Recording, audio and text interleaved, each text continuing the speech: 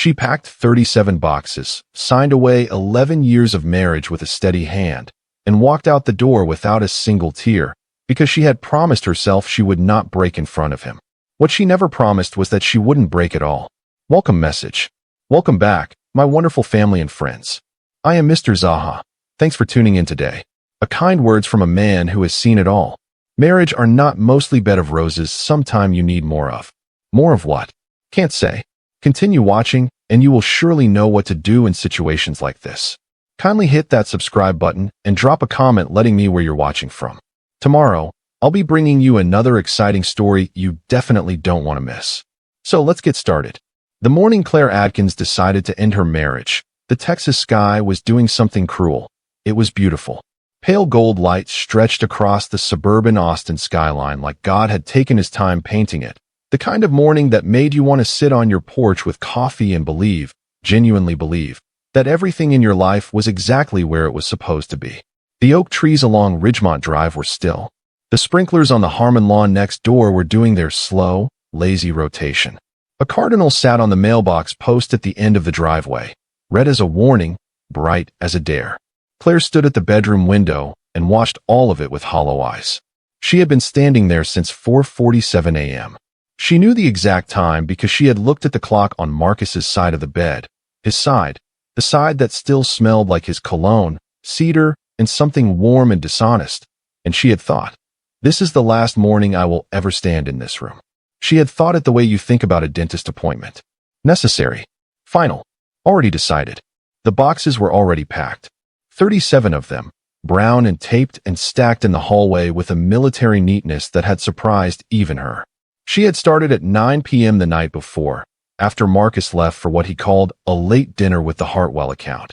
And she had moved through 11 years of her life with the quiet efficiency of a woman who had already done all her crying in the shower, in the car, in the parking lot of the Whole Foods on South Congress, where she had sat for 40 minutes last Tuesday after finding the hotel receipt in his jacket pocket. The Driscoll, room 214. 2 nights. She hadn't confronted him that night. She hadn't confronted him the night after, either. She had needed to be sure, not of him. She was already devastatingly sure of him, but of herself. She had needed to know that when she walked out, she would be walking towards something, not just running away. She had needed a plan. Claire Adkins had always been a woman with a plan. At 34, she was the kind of person other people described as pulled together, not because her life was perfect, but because she carried its imperfections with such composure that they looked like choices. She had a master's degree in communications from UT Austin, a modest but loyal client base at the boutique PR firm she'd helped build from a 2-person operation into a 12-person team, and a reputation in her professional world for being the person you called when everything was on fire and you needed someone who wouldn't flinch. What she had not had, for at least the last 2 years, was a real marriage. She could see that now, from this side of it, the way you can only see the shape of a hole once you've climbed out of it. She and Marcus had stopped being partners somewhere around year 9. They had kept the rituals, Sunday dinners, anniversary reservations, the Christmas trip to visit his parents in San Antonio. But somewhere beneath the rituals, the thing that had made them had quietly packed its own bags and left without saying goodbye. She just hadn't known, until room 214, that Marcus had helped it leave. She heard his car in the driveway at 11:23 p.m. the night before. She had been on the living room couch, lights off, still as furniture. She listened to the familiar sequence, key in the lock, the soft thud of his briefcase, the refrigerator opening because he always needed water when he came home late. She listened to him climb the stairs, pause at the hallway. He must have seen the boxes, she thought, and then the long silence before the bedroom door opened. Claire. She hadn't answered. She had been asleep, or he had believed she was. Either way, he hadn't pushed it, and she had lain in the dark next to him for 4 hours, listening to him breathe, cataloging the specific grief of sleeping beside someone who has become a stranger wearing your husband's face. And now it was morning, and the cardinal was still on the mailbox post, and Marcus was in the shower, and Claire was standing at the window with her coat already on and her car keys already in her hand. She heard the shower shut off.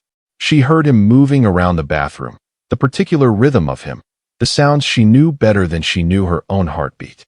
She waited until she heard the bathroom door open, until she knew he was standing there with a towel around his waist and steam rising off his shoulders, until she knew he could see the empty side of the closet and the stripped-bare dresser and understand, in the full weight of one terrible second, exactly what was happening.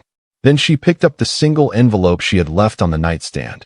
Divorce papers, pre-signed, stamped, ready, and she walked out of the bedroom without looking at him. Claire. His voice cracked on the single syllable. She kept walking. Claire, wait. Just wait.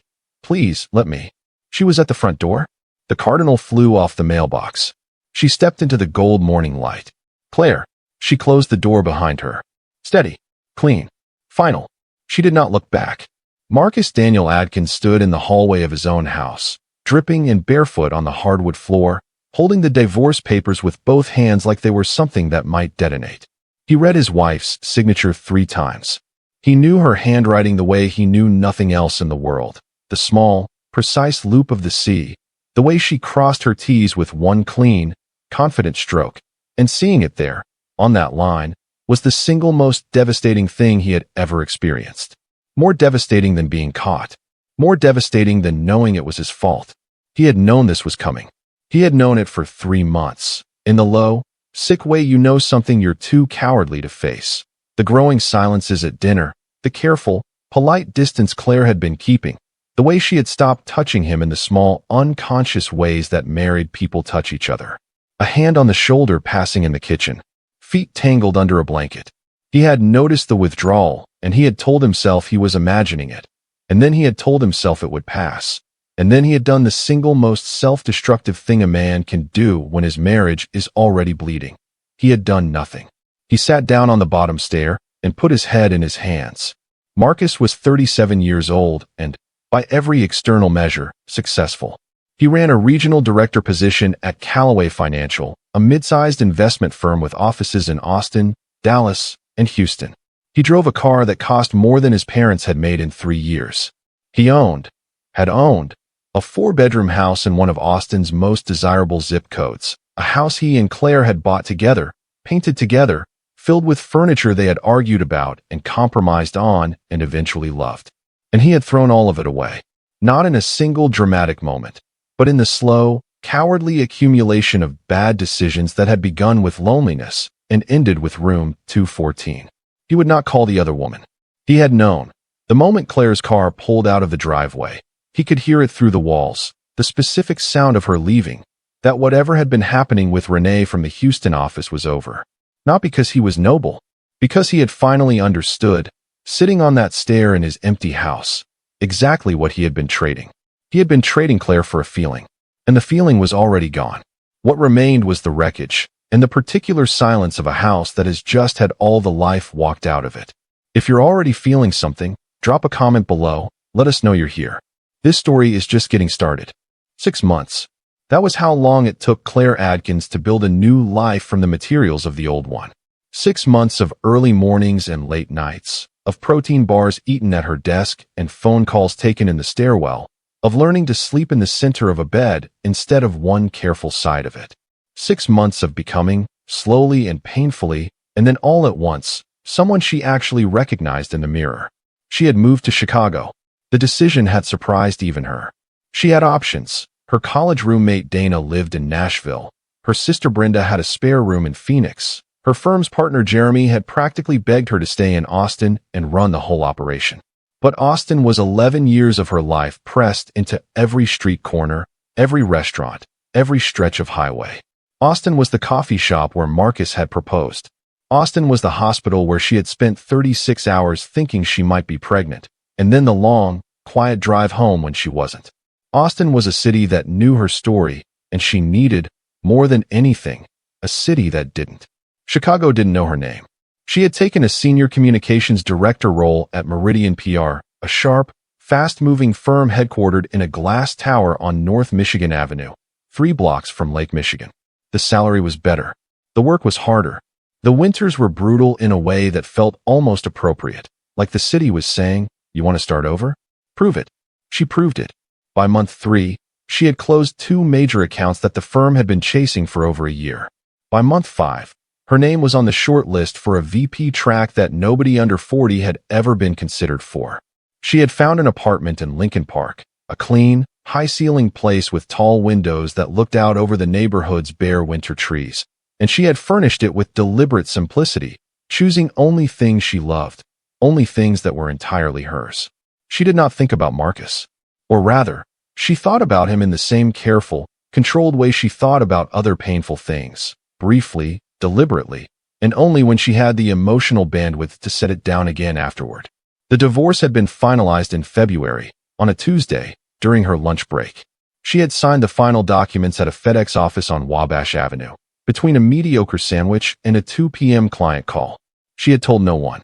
She had gone back to her desk, taken the call, and then sat very still for exactly 4 minutes after it ended before opening her laptop and returning to work. She was fine. She was better than fine. She was building.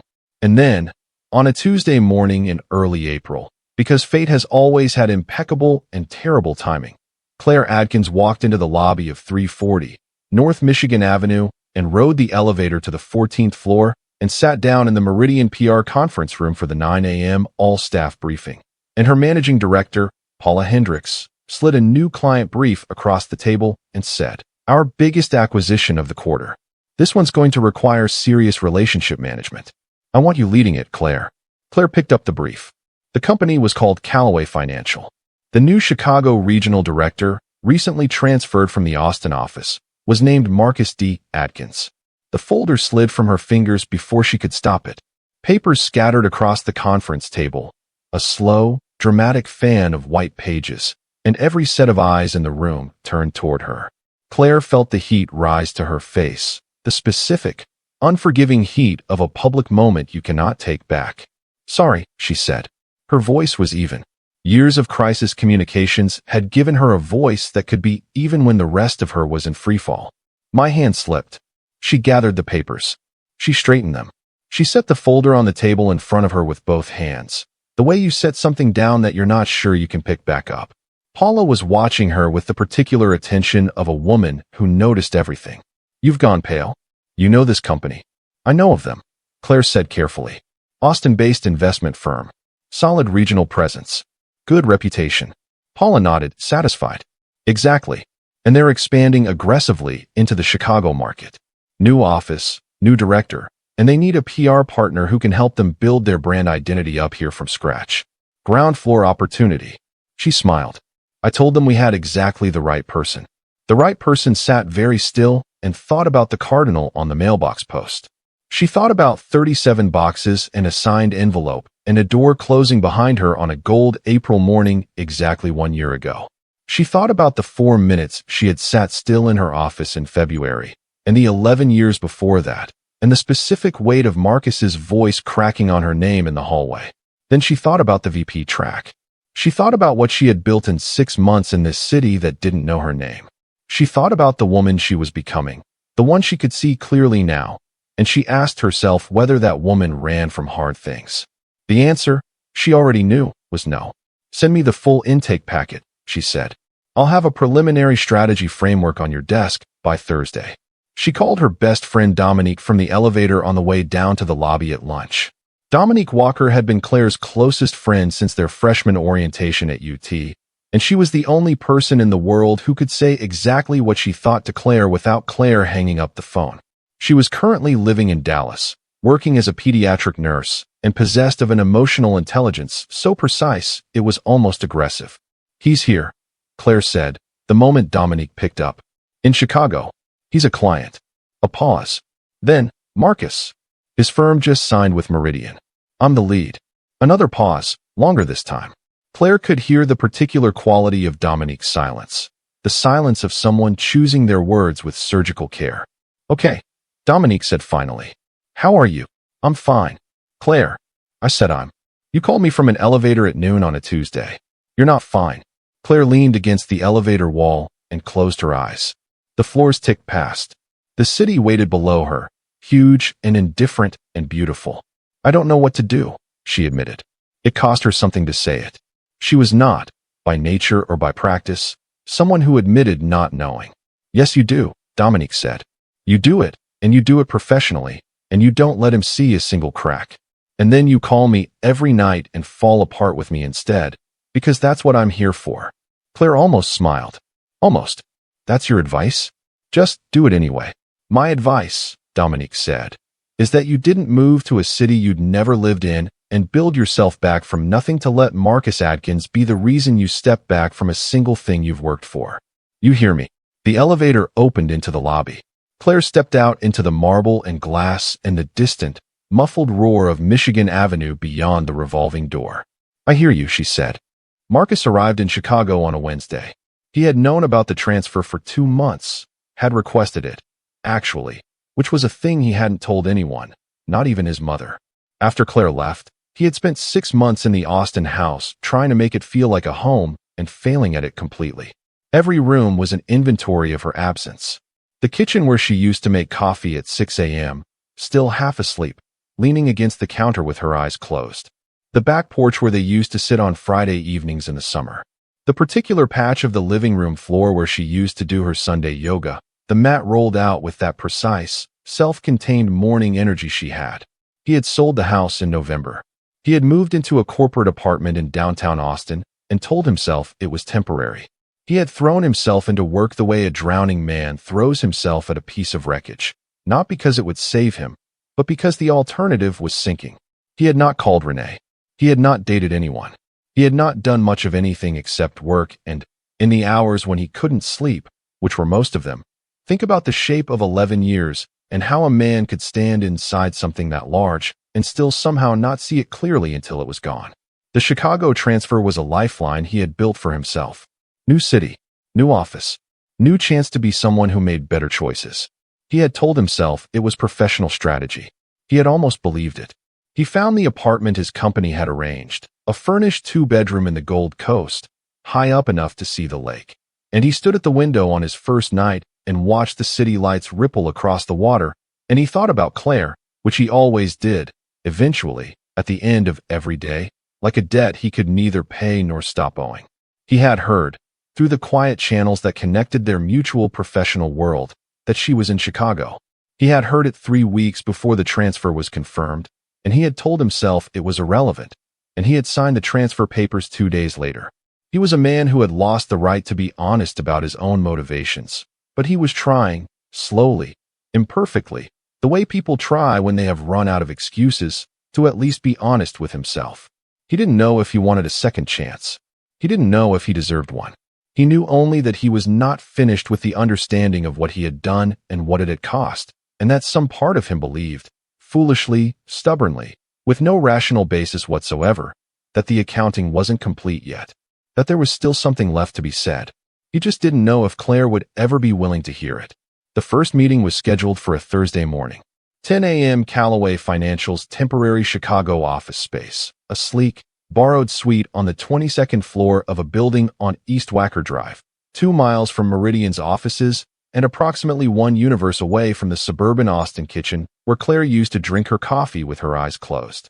Claire arrived 7 minutes early, because she always arrived early, and because 7 minutes was exactly enough time to stand in the elevator and breathe and remind herself who she was now.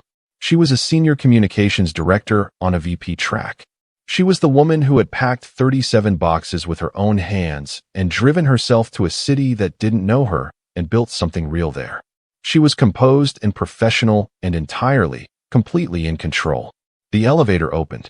Marcus was standing in the reception area with his back to her, looking at something on his phone, and for one suspended, weightless second, before he turned around, she saw only the familiar architecture of him, the broad line of his shoulders in a dark suit, the way he held himself, and something in her chest pulled in a direction she absolutely refused to follow. Then he turned, and 11 years passed through the air between them in the space of a single breath. He looked different, the same and different. There were new lines around his eyes. He had lost some weight. He was holding his phone with both hands like he needed something to hold on to, and when he saw her, every trace of professional composure left his face at once, just for a second, just long enough for her to see it, before he pulled it back. "Claire," he said. "Marcus." Her voice, even, perfect, not a crack. He swallowed. "I didn't know if you'd," he stopped. Started again. "Paula Hendricks told me Meridian was sending their best. She wasn't wrong. It was the right thing to say and entirely the wrong thing, because it was so Marcus. The genuine compliment wrapped in professionalism, the way he had always been able to make a boardroom feel human. And she hated, briefly and intensely, that he was still exactly who he had always been, even now, even here. "Let's get to work," she said, and walked past him into the conference room. She sat down. She opened her laptop. She laid out her preliminary framework with clean, confident language, and she spoke about brand positioning and market differentiation and community engagement strategy. And Marcus sat across the table and listened and responded and was, by every professional measure, an excellent client. And underneath all of it, running like a current beneath ice, was everything they were not saying. Every sentence landed on both levels simultaneously. Every pause carried its full weight. When she said, "We'll need to be transparent about the transition. Chicago audiences respond to authenticity," something moved across his face that had nothing to do with PR strategy. When he said, "I want to do this right. I'm not interested in shortcuts," she looked up from her notebook, and the look lasted exactly 1 second too long. At 11:45, she closed her laptop, shook his hand, which she had held in her sleep for 11 years, and walked out of the building into the April wind off Lake Michigan, which hit her like a wall of cold and clarity. She stood on the sidewalk for a moment. The city moved around her, vast and unhearing. Then she took out her phone and texted Dominique 3 words. "He's still him." Dominique texted back 4. "That's the problem. Are you feeling the tension? Drop a comment and tell us. Do you think Claire should give him a chance? Or is some damage too permanent to repair? Let us know below. We read every single one." The second meeting was easier than the first. The third was harder. That was the thing about proximity. It didn't behave the way you expected it to.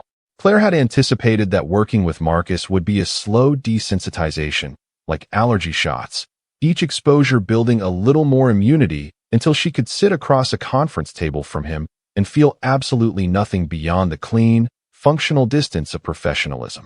She had planned for it that way, built her internal architecture around that expectation, and proximity had looked at her careful plan and done what it always does to careful plans. It had ignored it completely.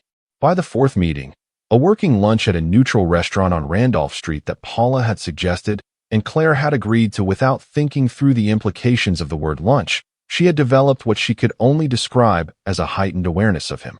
Not attraction. She was very clear with herself about that distinction. Awareness. The way you're aware of weather. The way you know without looking where a door is in a dark room because you've walked through it enough times that your body remembers. She knew when he was tired because his left hand went to the back of his neck. She knew when he was uncertain because he clicked his pen exactly 3 times before speaking. She knew when something she said landed, really landed, not just professionally but personally, because there was a particular quality of stillness that came over him, a hell-breath quality, before he responded. She knew all of this the way you know things about people you have loved for a long time, and the knowing sat inside her like a splinter. Too small to operate on, too persistent to ignore. It was Dominique who named it first, because Dominique always named things first. "You're not over him," she said, on a Thursday night phone call in mid-April, while Claire was standing at her kitchen window watching the Lincoln Park trees begin their tentative spring greening. "And I'm not saying that to be harsh. I'm saying it because you've called me every night this week, and every single conversation eventually becomes about him without you meaning it to." "I'm processing a complicated professional situation," Claire said. He's a client, Dominique. I have to interact with him regularly. That requires active." "Claire, baby, you told me exactly how he held his pen today. You told me he ordered the same thing off the menu that he always used to order on date nights. You noticed. You remembered." A pause. "That's not processing a professional situation. That's a woman paying very close attention to a man she still has feelings for." Claire set her wine glass down with more force than she intended. "He cheated on me," she said. Flat. Final. "I know. He looked me in the face for 3 months while it was happening, and he lied. Every day. He came home, and he sat at our dinner table, and he lied. I know that too. So there are no feelings. There's history. There's residual familiarity. There's the muscle memory of 11 years. That's not the same as feelings, and I need you to." "Claire." Dominique's voice was very gentle. "You can be furious at him and still love him. Those two things are not mutually exclusive. They never were. Claire didn't answer. Outside, a couple walked past on the sidewalk below, close together against the spring chill. The woman tucked under the man's arm in that specific, unconscious way that meant they were very new or very settled, and Claire couldn't tell which, and she looked away. I don't know what I feel, she admitted finally, for the second time in 6 months, and it cost her the same amount as the first time. That's honest, Dominique said. That's actually the most honest thing you've said about him since you left. Marcus was not doing better. He had thought, genuinely believed, that seeing Claire professionally, regularly, in controlled and structured environments, would help him find the right distance. The appropriate distance. The distance of a man who had forfeited his right to anything more by virtue of his own choices. He had planned to be respectful, competent, and emotionally contained, and to let the work be the work and nothing else. He had not planned on her. Not on the specific version of her that Chicago had made. This Claire who was sharper and quieter, and somehow more fully herself than the Claire he had watched slowly disappear during year 9 and 10 of their marriage. This Claire who walked into a room and immediately understood its dynamics. Who pushed back on his assumptions about the Chicago market with data and instinct in equal measure. Who laughed, once, briefly, at something his assistant said in a meeting. And the laugh was so familiar and so startling that he had lost his entire train of thought and had to ask someone to repeat the question. He called his older brother Derek on a Friday night, which he never did, because Derek was the kind of man who said true things in a blunt way that Marcus generally preferred to avoid. You moved to Chicago, Derek said, before Marcus could even begin. I got transferred. Marcus, you requested the transfer. You told me you requested it in November. A silence. She's there, Derek said. It wasn't a question. We're working together. Her firm was assigned to our account. I didn't know that was going to. But you knew she was there. Marcus sat back in his Gold Coast apartment chair and looked at the lake. At night, the water was dark and enormous and honest in the way that large, indifferent things are honest. Yeah, he said. I knew. Derek was quiet for a moment. Then, what do you want, Marcus? Not what you deserve. Not what's fair. What do you actually want? The question sat in the air between Chicago and Dallas like something heavy. I want to fix it, Marcus said. His voice was lower than he intended. I know I can't. I know that's not. I know what I did. I'm not trying to minimize it or pretend it didn't happen or ask her to forgive something that maybe isn't forgivable. He stopped. Started again. I want the chance to be the person I should have been. Even if she never takes me back. Even if it doesn't. I just want her to know that I understand what I destroyed. All of it. Completely. Another silence. Derek, to his credit, didn't offer absolution or argument. Just let the words be what they were. Then be that person, Derek said finally. Not for her. For you first. And see what happens. What happened was a Tuesday in late April, and a rainstorm, and a mistake that wasn't really a mistake at all. They had a late meeting, 6 p.m., running long, strategy revisions that required both of them at the whiteboard in the conference room working through the sequencing of a Chicago launch event. The Callaway Chicago office assistant had left at 5. By 6:30, they were alone in the suite with the city going dark and wet beyond the floor-to-ceiling windows, the rain hitting the glass in long diagonal sheets, and the whiteboard between them covered in Claire's precise handwriting and Marcus's broader, looser notations in a different color marker. They had developed, without discussing it, a working shorthand. She would outline, he would interrogate. She would propose, he would pressure test. It was unervingly similar to the way they had worked together on every significant decision of their married life. The house purchase, the joint financial planning, the vacation logistics. And the similarity was both useful and excruciating. The launch event needs an anchor story, Claire said, capping her marker and stepping back from the board. Something that tells Chicago who Callaway is, not just what they do. Right now this reads like every other financial firm's market entry. It's technically correct and emotionally empty. Marcus looked at the board. What kind of anchor story? A real one. A client who came to you in crisis, financial or personal, or both, and came out the other side because of what your firm provided. Not a testimonial. A narrative. Something with stakes. He was quiet for a moment. Then, I know someone. A small business owner in Austin, single mother, restaurant, almost lost everything in 2020. We restructured her financing, Worked with her for 18 months. She kept the restaurant. It's thriving now. He paused. Her name is Patricia Okafor. She'd probably tell the story if we asked. Claire wrote the name on the board. That's it, she said. That's the anchor. Real person, real stakes, real outcome. She turned from the board. Can you reach out to her this week? Already thinking about the email, he said. She almost smiled. And he caught it. The almost smile, the fraction of warmth before the guard came back up, and something in his face shifted. Not dramatically, just a small, careful opening, like a window cracked an inch in a room that had been sealed for too long. Claire, he said, her name in his mouth. She had been managing it for 4 weeks, the way he said her name. Not unprofessionally, never unprofessionally, but with a specific weight that no one else in her life put on those 2 syllables. She had been managing it by not reacting to it. She reacted to it now, involuntarily, looking up from her notebook. I know this is, he stopped. Tried again. I know the situation is complicated, and I'm not trying to make it harder. Another stop. You're doing extraordinary work. On this account, I wanted you to know that I see it. That's all. It was such a small thing, and it landed with the weight of everything behind it. The meetings and the lunches and the pen clicking and the whiteboard shorthand and 11 years in room 214 and 37 boxes and a gold April morning in Austin. And Claire felt something shift in her chest, something she had been holding very rigid for a very long time. She didn't say thank you. She didn't say anything right away. She turned back to the board and looked at the name she'd written, Patricia Okafor, and breathed carefully. Marcus, she said, to the board. Her voice was even. Almost. Why did you request the Chicago transfer? The question was a live wire, and they both knew it. She heard him go still behind her. You knew I was here, she continued, before he could speak. Dominique told me you knew. So I want to understand. What did you think was going to happen? What were you hoping for? A long silence. The rain intensified against the windows. The city below blurred and glittered. I didn't have a plan, he said finally. I know a man with a plan wouldn't have done what I did to you. I didn't have a plan. I just knew that I had spent 6 months in Austin trying to understand everything I'd destroyed, and I couldn't. I couldn't finish the understanding without. He stopped. Started again, and this time his voice was rougher, stripped of its professional finish. I needed to know you were okay, Claire.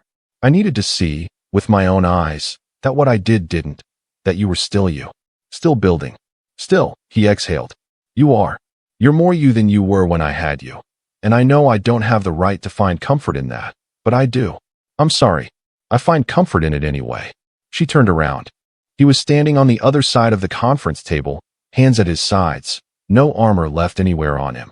Just a man in a dark suit in a rainy city, telling the truth for what might have been the first time in longer than either of them could calculate. She looked at him for a long, careful moment. I'm not ready, she said. Her voice didn't shake. I want to be clear about that. Whatever this is, I'm not ready for it. And if you can't work with that, I need to know now so I can take myself off this account before it becomes something neither of us can manage professionally. I can work with that, he said immediately. Whatever you need. Whatever pace, or no pace. I'm not here to pressure you. He swallowed. I needed you to know that I know what I did. All of it. And that the man who did it is someone I'm trying very hard not to be anymore. She held his gaze for another moment. Something old and tender moved in her chest like a bruise being touched, the kind of pain that means a thing is still alive. Okay, she said finally. Quietly. Just the one word. She gathered her things. She put on her coat. She walked to the door of the conference room, and then she stopped, without turning around, one hand on the doorframe. The Patricia Okafor idea is the right call, she said, in her full, professional voice. Email me when you've confirmed her availability. And she walked out into the rain. She cried in the elevator. Not loudly. Not in the collapsed, total way she had cried in the shower in Austin all those months ago. Just a few tears, fast and private, gone before the lobby, because the elevator was the only place in the city that was entirely hers in that moment. She wiped them away with the back of her hand. Breathed. Squared her shoulders. The doors opened. She walked out into the marble lobby, and through the revolving door, and into the April rain on East Wacker Drive. And she let it hit her face, cold and clean and indifferent and real. She was not ready. That was true. But somewhere between not ready and never was a territory she had not yet mapped, and for the first time in 6 months, she was not entirely certain what she would find there. The next morning, Marcus sent the Patricia Okafor email. He copied Claire professionally. The email was precise, warm, entirely appropriate. At the very bottom, below his signature, there was a single additional line. Not a business line. Just 5 words. Thank you for staying. M. Claire read it twice. She did not respond to the line. She forwarded the relevant section to her assistant for follow-up. But she did not delete it. She left it sitting in her inbox, that small, unassuming email with its 5-word confession at the bottom, and she went about her day. And the not deleting was its own kind of answer, and they both knew it, and neither of them said so.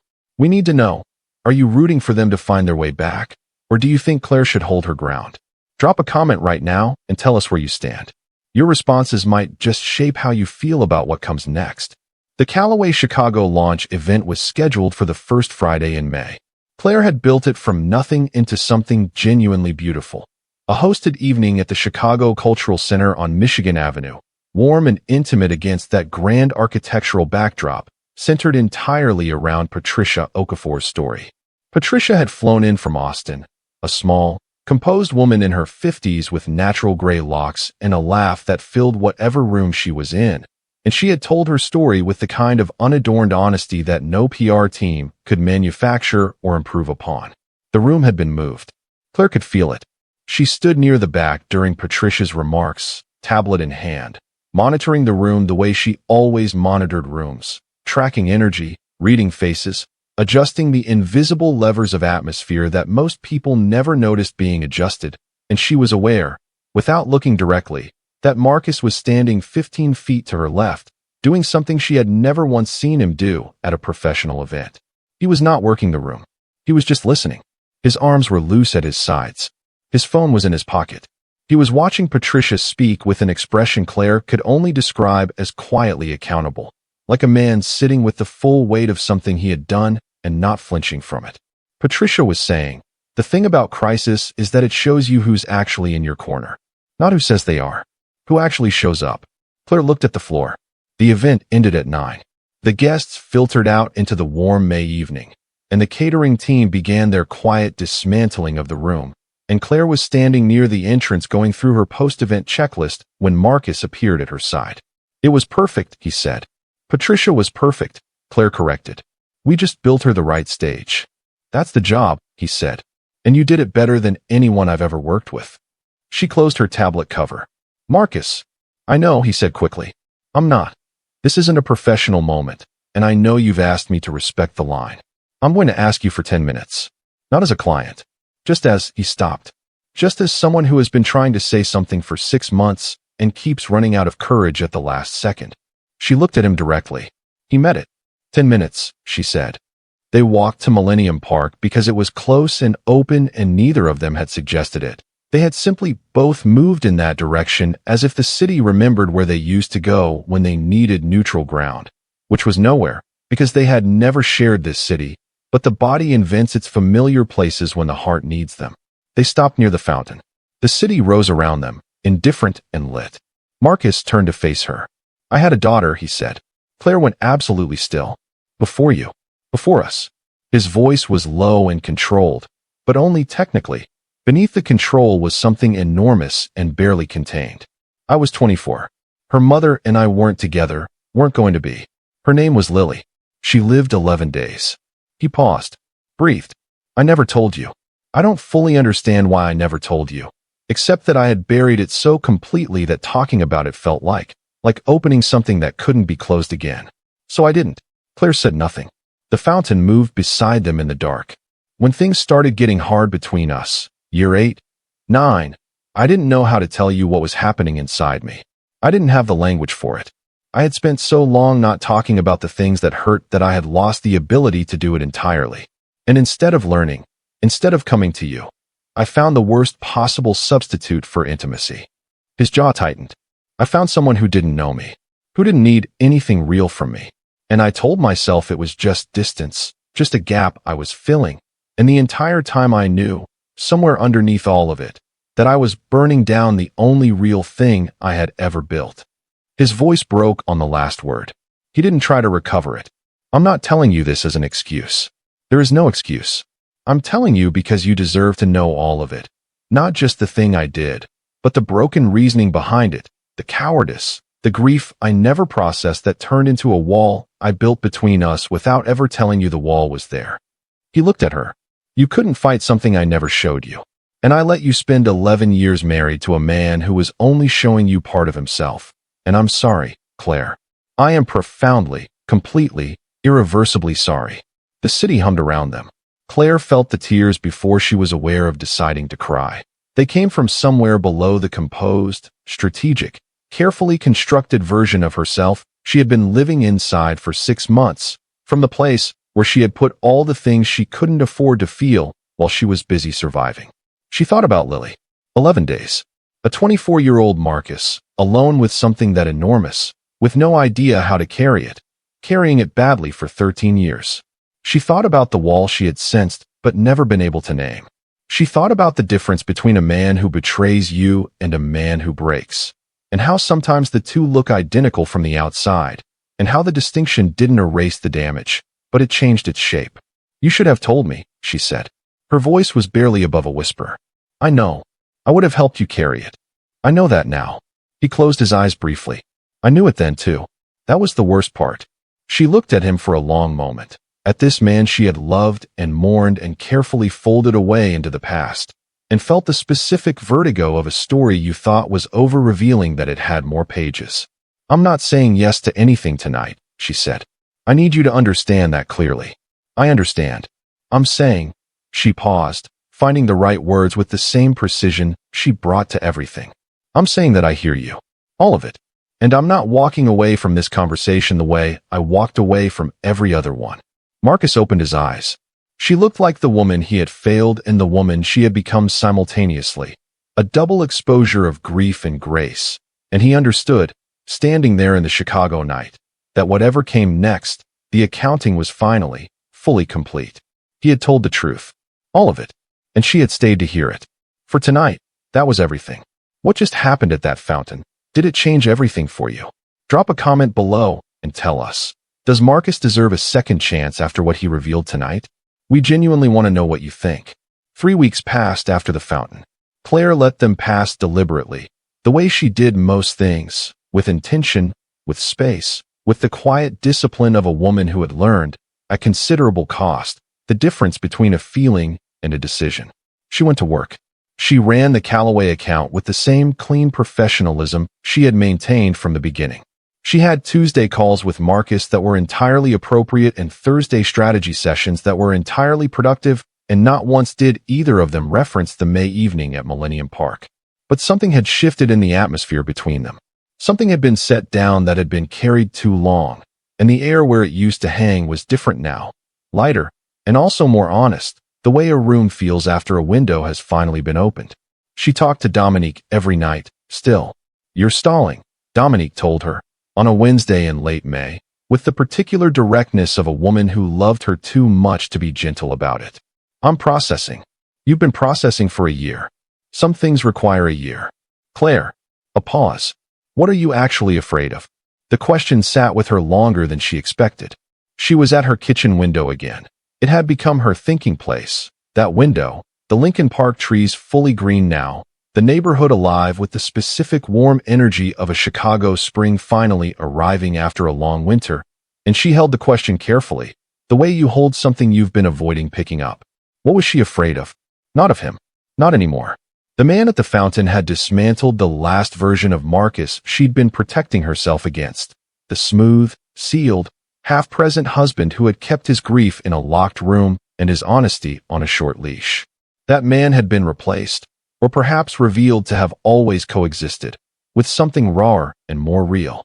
She was afraid, she realized, of hope, of the specific vulnerability of wanting something you had already lost once, of building again on ground that had already given way beneath her. She was afraid that loving him again would require her to become smaller again, the gradual, barely perceptible shrinking she hadn't even noticed until she was finally, fully her own size again. She told Dominique this. A long silence. Then, that's the most important thing you've ever said. It doesn't solve anything. No, Dominique agreed. But it means you know exactly what you'd need. And knowing what you need is the only place a real conversation can start from. She called Marcus on a Thursday evening. Not a scheduled call. His personal number, which she had never deleted because deleting it had felt, on the day she'd considered it, like a kind of violence she wasn't willing to do. He picked up on the second ring. "Claire, I need to tell you something," she said. "And I need you to just listen first, and not respond until I'm finished." "Okay." His voice was careful and very still. "I spent a year becoming someone I'm proud of," she said. "That's not nothing. That's not a small thing I'm willing to trade away or compromise or fold back into someone else's story. Who I am now, this version of me, she's not negotiable. She's not going back into the background of anyone else's life, including yours." She paused. "That's the first thing." "Okay," he said again. Quieter. "The second thing is, I heard you. At the fountain. I heard Lily, and I heard the wall, and I heard the man underneath the version of you I was married to, and her voice caught, briefly, then steadied.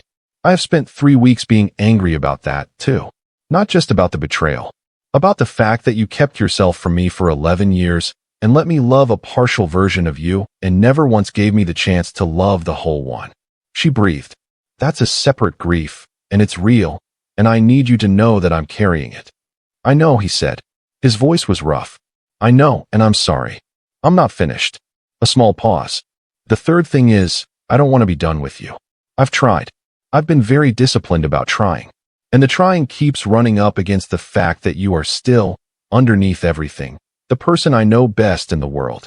And that's not nothing either." She stopped. Then, quietly, "So I'm not saying we go back. We can't go back. But I'm asking, are you capable of going forward? A different forward. One where you show up whole. Where the wall stays down. Where I am never again the last person to know what's happening inside you." The silence on the other end of the line lasted long enough that she felt her heart begin to shift toward its armor. Then Marcus said, very quietly, "Yes." Just the one word. "And then, I've been practicing. Every day since you left. Learning how to say true things out loud. He exhaled. "It doesn't come naturally yet. I'm not going to pretend it does. But I'm not the man who locks things in rooms anymore. I refuse to be him." A pause. "I would like the chance to prove that to you. Not quickly. Not with pressure.